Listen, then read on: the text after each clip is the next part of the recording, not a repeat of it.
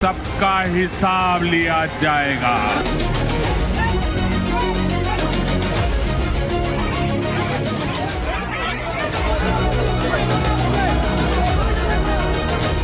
All BJP sponsored. अब देखिए क्या हाल किया गया है। यह है इनका लोकतंत्र का नमूना। बंगाल के सोनारपुर में कुछ अलग ही घटना घट गई। यहाँ टीएमसी के राष्ट्रीय महासचिव अभिषेक बनर्जी पर अंडे फेंके गए।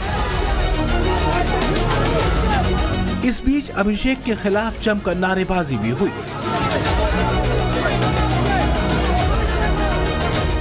All BJP sponsored.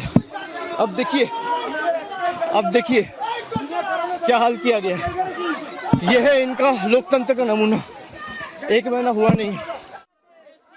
जाहिर है हिंसा या हमले को किसी भी रूप में सही नहीं ठहराया जा सकता। अगर ऐसी घटनाएं होती हैं तो भी सरकार और प्रशासन को ज्यादा सतर्क रहने की जरूरत है, क्योंकि आखिरकार सवाल लॉ एंड ऑर्डर पर ही उठेंगे।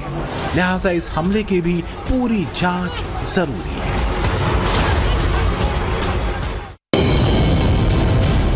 कहते हैं राजनीति में जो बोया वो काटना पड़ता है।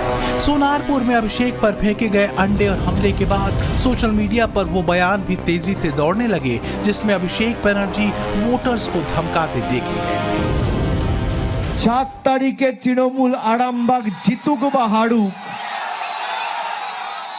আমরা গতবারও আরামবাগ হেরেছিলাম, গোঘাট হেরেছিলাম, খানাকুল হেরেছিলাম, পুরসুরা হেরেছিলাম, কিন্তু উদারতা পার পেয়ে গেছিলে। এবার আমি নিজে দায়িত্বে থাকব। 4 তারিখ 12টার পরে কোন জল্লাদের কত ক্ষমতা আর কার দিল্লির বাবা কাকে বাঁচাতে আসে আমি 4 তারিখ দেখব। ये भी गजब है कि अब वही अभिषेक बनर्जी लोकतंत्र की दुहाई दे रहे हैं। इस सब के बीच कुछ और तस्वीरें हैं जिनका जिक्र अहम हो जाता है। वो है पश्चिम बंगाल में रह रहे बांग्लादेशी घुसपैठियों में मची भगदड़, क्योंकि शुभेंदु सरकार ने इन घुसपैठियों को अल्टीमेटम दे दिया है। ये एग्जिस्टिंग फॉरेनर्स एक्ट है, कोई नया कानून नहीं है, और ये लोग चला जाना चाहिए। और उनका बांग्लादेशी जो नागरिक है उनका लेने का जिम्मेदार तो है उनका। तो जब हम लोग यहाँ से बोल रहा था तब वहाँ से उनका जो स्पोक्स पर्सन है मैं देखा था सोशल मीडिया में और यूट्यूब में आया, जो उन्होंने बताया जो बांग्लादेशी है वो तो हम लोग ले लेगा। तो ये सब बांग्लादेशी है, इसको ले लेना चाहिए। लेकिन ये लोग को पुलिस को हम लोग बता दिया जेल में भेजने का जरूरत नहीं है। देश के रुपया में खाना खाएगा, कपड़ा देगा, मेडिसिन देगा। एक दामाद है ये लोग। जल्दी जल्दी भागो, जल्दी जल्दी भागो, नहीं तो जो करना है सरकार करेगा। शुभेंदु के बांग्लादेशी घुसपैठियों को दिए गए अल्टीमेटम ने अपना काम करना शुरू कर दिया है। पश्चिम बंगाल में दशकों से चोरी छुपे रह रहे अवैध घुसपैठिए अब बांग्लादेश की तरफ कूच कर रहे हैं। बंगाल की सीमा से लगे इलाकों में खासकर पैरामिलिट्री फोर्सेस का एक्शन तेज है। जगह जगह रेड डाली जा रही है। कूच बिहार में अवैध रूप से रह रहे बांग्लादेशियों की जानकारी पैरामिलिट्री फोर्सेस के अलावा पुलिस के जवान ले रहे हैं। पश्चिम बंगाल में लगातार अवैध बांग्लादेशी घुसपैठियों के ऊपर कार्रवाई चल रही है। होल्डिंग सेंटर बनाए गए हैं और अब पश्चिम बंगाल की जो पुलिस है वो लगातार अलग अलग इलाकों में जो बॉर्डर एरियाज हैं वहां पर रेड कर रही है, छानबीन कर रही है और अगर कोई भी संदिग्ध इस तरीके से मिल रहा है तो उससे पूछताछ भी कर रही है। होल्डिंग एरियाज में कई लोग पकड़े भी गए हैं जिनको वहां पर जाकर रखा गया है और उसके बाद उन्हें बांग्लादेश पुशबैक किया जाएगा। कूच बिहार में हम मौजूद हैं। कूच बिहार का ये अगर मैं बताऊं आपको तो ये एक गाँव है जहाँ इस वक्त हम मौजूद हैं और यहाँ अगर आप देखेंगे तो यहाँ पर जो पुलिस की टीम है वो यहाँ पर आई हुई है, पैरामिलिट्री फोर्स की टीम है वो यहाँ पर पहुंची हुई है और वो लगातार यहाँ पर जो लोग हैं उनसे बातचीत कर रही है, देख रही है कि वो यहाँ के हैं कि नहीं, उन्हें बता रही है कि अगर कोई भी संदिग्ध दिखे तो उसकी जानकारी पुलिस को दी जाए। लगातार पुलिस पेट्रोलिंग कर रही है, सीआरपीएफ की टीम भी आपको नजर आएगी, पैरामिलिट्री फोर्स जो है वो भी लगातार पुलिस के साथ यहाँ पर अलग अलग जो गाँव है वहां पर जाकर चेकिंग अभियान जो है वो कर रही है। अब जरा कोलकाता की इन तस्वीरों को भी देखिए। कोलकाता का ये सतरूपा पल्ली इलाका है। समझना मुश्किल नहीं कि शुभेंदु सरकार के बांग्लादेशी घुसपैठियों को दिए अल्टीमेटम का इफेक्ट यहाँ क्या हुआ है। घुसपैठियों पर एक्शन शुरू होने के साथ ही यहाँ घरों पर ताले लटके दिख रहे हैं। हमारी मौजूदगी फिलहाल केशवपुर इलाके में है। ये शतरूपा पल्ली है। हमारे पीछे जो आप घर देख रहे हैं उसमें ताला लगा हुआ है।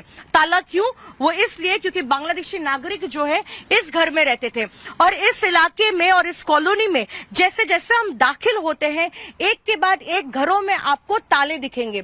स्थानीय लोग बताते हैं कि कोई 12 साल कोई 15 साल से आप देखें यहाँ पर बांग्लादेशी नागरिक अवैध तरीके से यहाँ पर रहते थे, यहाँ बसते थे। लेकिन अब जहाँ पश्चिम बंगाल में सरकार पलटी है, बीजेपी की सरकार आने के बाद जो है मुख्यमंत्री शुभेंदु अधिकारी ने जो साफ मैसेज दिया है कि अगर कोई बांग्लादेशी नागरिक है जो अवैध तरीके से पश्चिम बंगाल में रह रहा है तो उन्हें डिटेक्ट, डिलीट और डिपोर्ट किया जाएगा। उसके बाद ही सरकार एक्शन मोड में है। होल्डिंग सेंटर्स में जो है तमाम बांग्लादेशी नागरिकों को जिनको गिरफ्तार किया जा रहा है, जिनकी पहचान हो रही है, उनको भेजा भी जा रहा है। उसके बाद उनको डिपोर्ट भी किया जा रहा है। यहाँ पर जो लोग रहते थे बांग्लादेशी नागरिक अवैध तरीके से रह रहे थे, अब वो भागना शुरू किए हैं।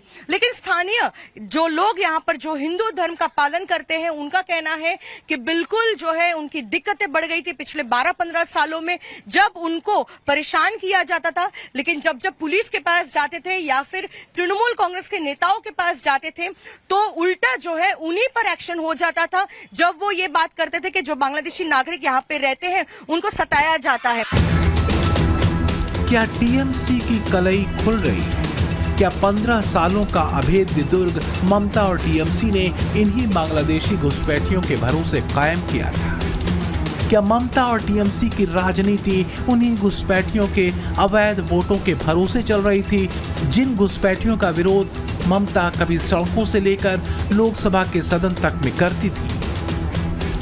क्या ममता सरकार ने जानबूझकर बांग्लादेश की सीमा पर फेंसिंग के लिए जमीन नहीं दी ताकि वोट बैंक आसानी से दोनों तरफ चहलकदमी करता रहे?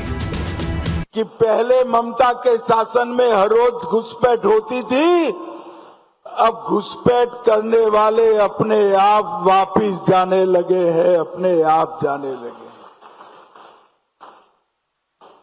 शुभेंदु जी ने, भाजपा बंगाल सरकार ने डिटेंशन सेंटर बनाए हैं, मगर हम सब लोग चाहते हैं कि जो घुसपैठ कर अवैध तरीके से आए हैं वो अपने आप जहां से आए हैं वहां वापिस चले जाए। पश्चिम बंगाल में बांग्लादेश से सबसे ज्यादा घुसपैठ मालदा और मुर्शिदाबाद के रास्ते होती है। यहाँ की नदी घाटियों और खुले इलाकों का इस्तेमाल अवैध रूप से सीमा पार करने के लिए किया जाता रहा है। इसके अलावा उत्तर 24 परगना, नादिया और दक्षिण दिनाजपुर भी संवेदनशील इलाके हैं। इन जिलों में अंतरराष्ट्रीय सीमा घनी आबादी वाले क्षेत्रों और बाजारों से होकर गुजरती है। ये जो पूरा हिस्सा आप देख रहे हैं ये पूरा अनफेंस्ड इलाका है। ये पूरा आप देखें, ये पूरा बॉर्डर जो है ये पूरा एक तरीके से कहें तो बीएसएफ यहाँ पर लगातार चौकसी करती है। और जो सामने आप पिलर देख रहे हैं ये दरअसल वो 0 पॉइंट है, उसके बाद से पूरा बांग्लादेश का जो हिस्सा है वो शुरू हो जाता है। आप सोचिए कितनी आसानी होती होगी बांग्लादेश के लोगों को यहाँ पर आने के लिए, इलीगल लोगों को यहाँ पे आने के लिए। आप भी यही रहते हैं? हम तो एक ही घर है, भैया है। भाई है, तो ये जमीन पहले क्यों नहीं दिया जा रहा था? आप लोग दे रहे हैं, ये बांग्लादेश का हिस्सा है आगे चल के। नहीं तो इंडिया है, जो थोड़ा देर वो बाद में वो बात झड़का उधर वो बांग्लादेश है। तो वहाँ से लोग आते हैं यहाँ पे? इधर तो पहले जाना आना का था, बैरिकेड नहीं था जब। अभी तो जो बैरिकेड बना है वो माने रेडीमेड, हाँ अभी तो थोड़ा बंद हो गया। अभी जाने आने का कोई पहले लोग बहुत संख्या कोई पहले जाता था, अभी नहीं है। चौकसी बढ़ा दी गई। हाँ अभी जो बैरिकेड होगा अच्छा होगा, हम लोग के लिए बहुत अच्छा होगा। मतलब आप चाहते हैं फेंसिंग हो? हाँ, फेंसिंग हो हम लोग चाहता है। तो जमीन आप लोगों ने दिया है? हाँ, देता है तो सारे आदमी दे दिए। कोई दिक्कत परेशानी? नहीं, नहीं, कोई दिक्कत परेशानी नहीं है। तो ये इतने साल बाद आप लोग जमीन दे रहे हैं, पहले क्या जमीन नहीं मांगा जा रहा? वो इधर माने बैरिकेड होने के बाद नहीं था पहले,